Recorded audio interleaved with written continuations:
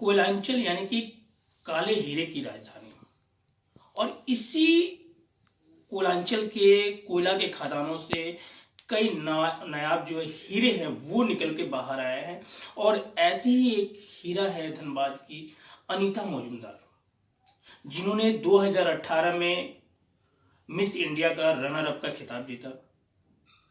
फिर इन्हें लंदन की ईएशन पब्लिकेशन, जो सबसे मोटी किताब जो है वो जो पब्लिश कर रही है, उसका ब्रांड एम्बेसडर इन्हें बनाया। फिर धीरे धीरे ये यहाँ से मुंबई की ओर सफर की और मुंबई में अपनी यात्रा के दौरान कई कामयाबियों को हासिल करते हुए निकली। यानी कह सकते हैं कि धनबाद का नाम इन्होंने रोशन किया। और आज जो है हमारे साथ navbharattimes.com यानी एनबीटी के लिए लाइव से जुड़ रही हैं, हमारे साथ लाइव बातचीत करने के लिए अनीता मौजूमदार जी। तो ये हम कह सकते हैं कि अब जो है इन्हें एक और खिताब मिला है जो ईएसएन पब्लिकेशन ने दिया है, वो है पिलर ऑफ इंडिया, यानी कि कह सकते हैं भारत के स्तंभ। और भारत के कुल 20 लोगों का चयन जो है इस पब्लिकेशन ने किया था, और उसी में एक ये भी है। और इनकी पहचान एक और भी है कि इन्हें धनबाद नगर निगम के द्वारा खासकर स्वच्छता को लेकर अगर बात करें हम, तो धनबाद में स्वच्छता को देखते हुए इन्हें धनबाद नगर निगम का ब्रांड एम्बेसडर भी बनाया गया। तो हम सीधा उन्हीं की ओर रुख करते हैं। सबसे पहले तो आप हमारे साथ जुड़ी हैं, उसके लिए बहुत बहुत स्वागत है आपका। कैसा रहा ये यात्रा आपका धनबाद से मुंबई तक की, पहले ये बताइए। जैसे मेरा बचपन से ही शौक था कि मैं ग्लैमर इंडस्ट्री में ही जाना चाहती हूँ, और इसके लिए मेरे मम्मी पापा का बहुत बड़ा योगदान रहा कि उन्होंने मुझे कभी भी इस चीज़ के लिए नहीं रोका।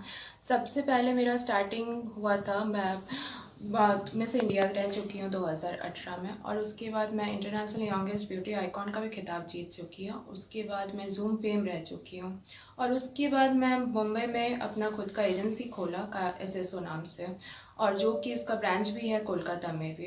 और कास्टिंग का काम करते हुए मेरा लास्ट प्रोजेक्ट था दूरदर्शन के साथ कि बेटियां घर की रानी है, हमारा लास्ट प्रोजेक्ट था जो कि कोरोना की वजह से पेंडिंग जा रहा था। और उसके बाद मैं ईएसएन पब्लिकेशन, यहाँ धनबाद नगर निगम की ब्रांड एम्बेसडर, ऐसे बहुत सारे चीज़ें कर भी रही हूँ। और आज खासकर अगर बात करें तो हमारे साथ तो ये खिताब जो है आपको ये मिला है, ये एशियन पब्लिकेशन ने दिया है पिलर ऑफ इंडिया का। तो कैसा महसूस कर रही हैं आप?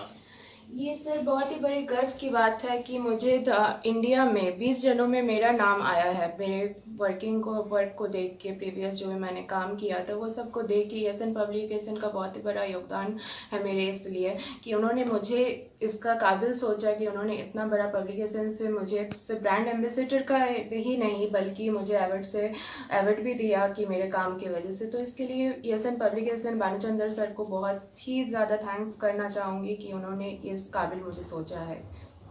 अगर हम धनबाद की बात करें तो धनबाद एक कोयला राजधानी यानी कोयले का खदान का ये राजधानी कहा जाता है। यहाँ सिर्फ कोयले ही कोयले नजर आते हैं जहाँ भी हम चारों तरफ।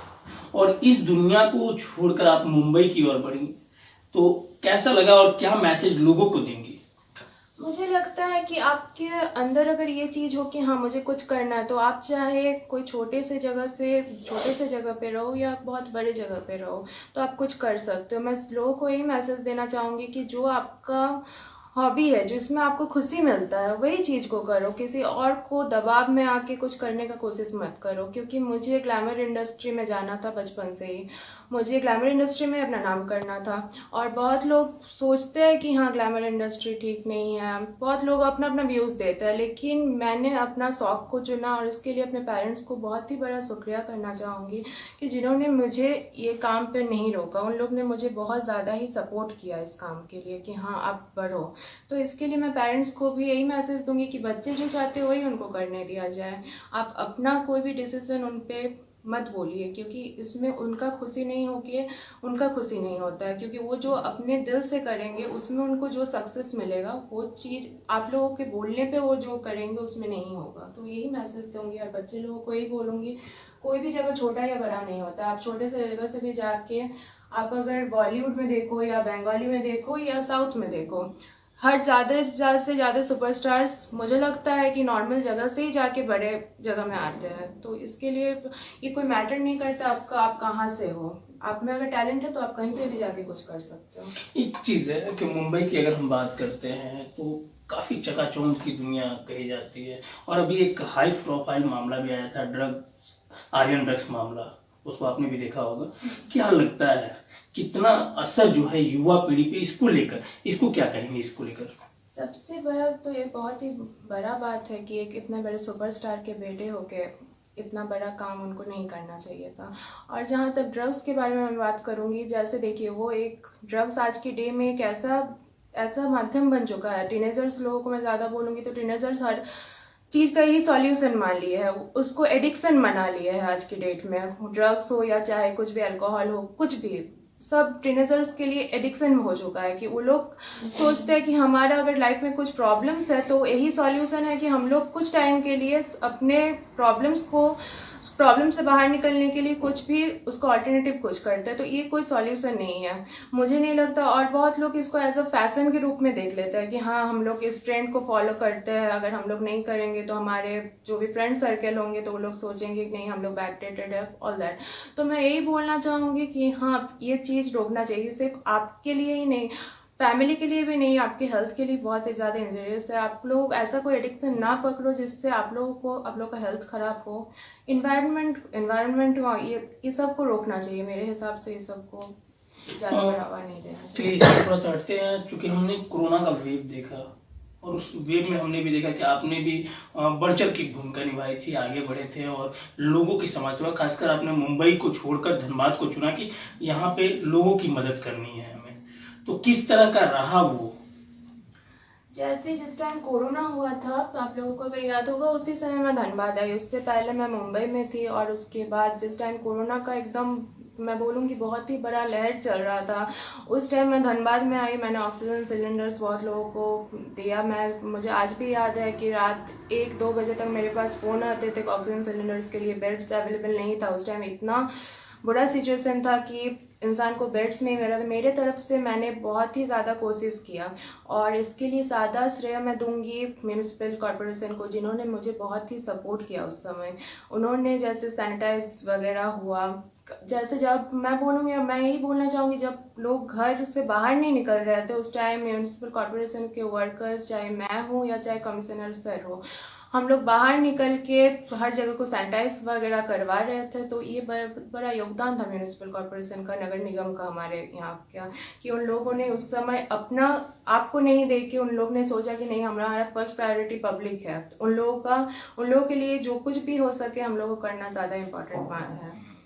एक अभी बात हो रही है तीसरी लहर, अगर बात करें तो ओमिक्रॉन वेरिएंट की बात हो रही है कि अब भारत में धीरे धीरे वो प्रवेश कर चुका है और फिर आगे भी लोगों को काफ़ी नुकसान, जैसे कि हमने दूसरी लहर में देखा था कि लोगों को काफ़ी परेशानी हुई थी, काफ़ी दिक्कतें हुई थी, कई जाने भी गई थी। तो ओमिक्रॉन को लेकर आपका क्या है? सर इसके लिए मैं रिसेंटली, आप लोगों को पता होगा, तो मैं हर जगह पे वैक्सीन करवा रही हूँ। ऐसे मैं कहने पे तो हर जगह पे वैक्सीन हो चुके हैं, बट ऐसे बहुत सारे जगह है जहाँ पे कैंप हुए लेकिन लोग अभी तक वैक्सीन नहीं पड़ा था। तो रिसेंटली मैंने वहाँ अपना एक सर्वे करवाया, पहले एक सर्वे करवाया, उसके बाद लोगों को door to door vaccine provide करवा रही हूँ। और इसके लिए जैसे मैं रिसेंट आज 2-3 दिन हो गया मैं भूली जा रही हूँ, खुद से जा रही हूँ। और जिन लोगों का वैक्सीन नहीं हुआ है, डोर टू डोर करने का एक ही रीज़न है, बहुत सारे लोग इसमें पैरालिटिक पेशेंट है जो लोग नहीं जा सकते, जो लोग बहुत सारे एजेड लोग हैं, उन लोग सोचिए मॉर्निंग से लेके इवनिंग दोपहर तक उन लोग को इतना टाइम बहुत लोग खड़ा नहीं हो सकते, बहुत कुछ प्रॉब्लम्स होते हैं इंसान के। तो डोर टू डोर करवाने का एक ही कारण है, जो लोग एजेड लोग हैं उन लोगों को जैसे घर पे ही वैक्सीन मिले, और जैसे जो वेरिएंट आ रहा है उससे जैसे हम लोगों को बचाव का एक वैक्सीन ही एकमात्र उपाय है जिससे हम लोग बचाव कर सकते हैं। इसलिए मेरा पूरा ही प्रयास है कि किसी को भी वैक्सीन ना छूटे। चूंकि आपने धनबाद का भी सफर किया, मुंबई की भी सफर की, सपनों की नगरी अगर मुंबई है तो कोयले की नगरी जो है वो धनबाद है, दोनों में कितना डिफरेंस नजर आया आपको?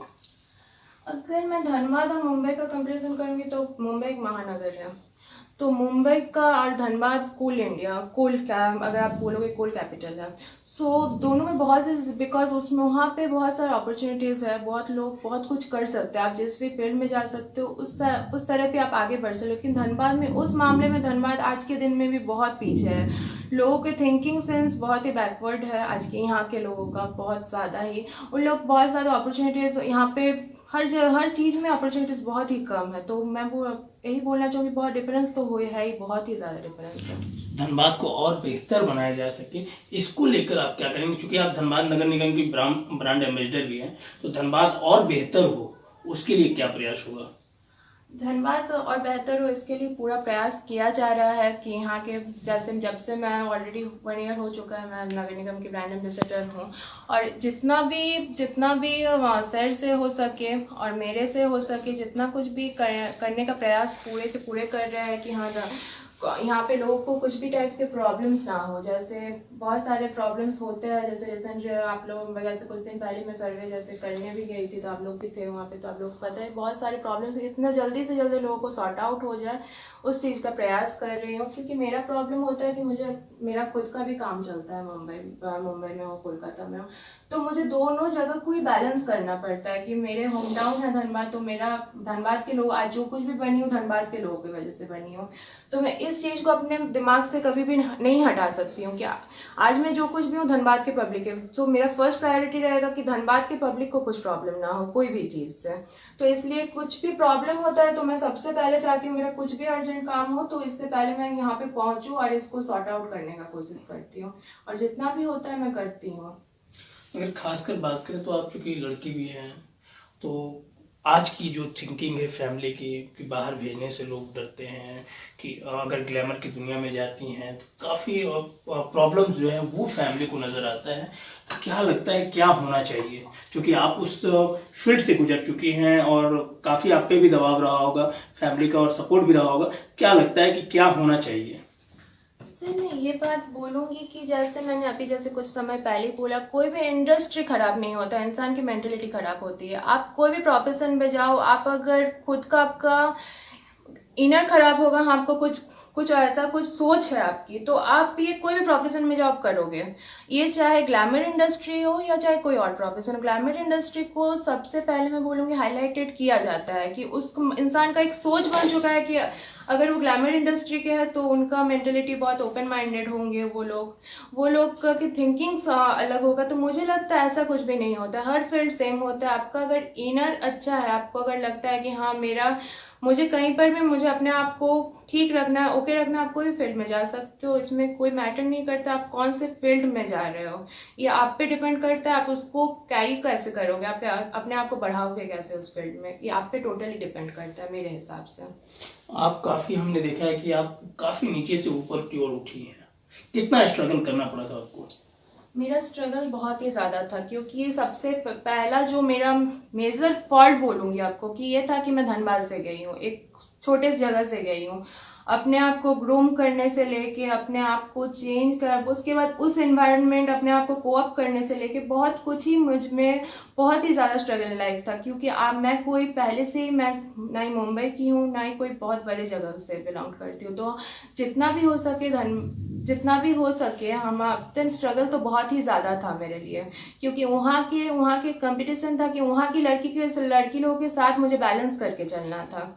तो इस समय में बहुत ही ज़्यादा ही अपने आप में कंपटीशन आ जाता है कि आपको उन लोगों के साथ बैलेंस करना पड़ता है जो लोग ऑलरेडी, उन लोगों का बॉर्न से वो लोग उसी एरियाज में बॉर्न हुए हैं, देन उन लोगों का जो मेंटेलिटी है वैसा ही है, उन लोग अपने आप को वैसा ही रूप में ढले हैं। तो इस वजह से मुझे बहुत ही ज़्यादा ही स्ट्रगल करना पड़ा है। चलिए चलते चलते एक चीज़ आखिरी हम आपसे प्रश्न कर रहे हैं कि आगे जो युवा पीढ़ी है उनको आप क्या संदेश देंगे? युवा पीढ़ी को यही संदेश दूंगी, स्पेशली लड़की लोगों के लिए यही संदेश देना चाहूँगी कि देखिए आजकल लड़का या लड़की में कोई फर्क नहीं है। आप लोग लड़का हो या लड़की हो, आप लोग आगे बढ़ो, जो कुछ भी आप लोगों को अपने दिल से करने का मन करे वही चीज़ करो, किसी के दबाव में आके कुछ करने का कोशिश मत कीजिए, क्योंकि आप लोग जो दिल से चाहोगे वही चीज़ में आपको सक्सेस मिलेगा मेरे हिसाब से। तो और कोई भी फील्ड गंदा नहीं होता है, हमारा मेंटलिटी हम लोग ऐसे बना लेते हैं। तो इसलिए बोलूँगी कि आप लोग अपने जो कुछ भी करना चाहते हो अच्छे से करो, उसको उसी पे एफर्ट करो, उसी को जिस जो भी करोगे उसको अच्छे से करो, दिमाग में रखना उसी में मुझे सक्सेस होना है। और आप लोग ज़रूर, आपको एक दिन होगा कि आपको सक्सेस मिलेगा ही मिलेगा।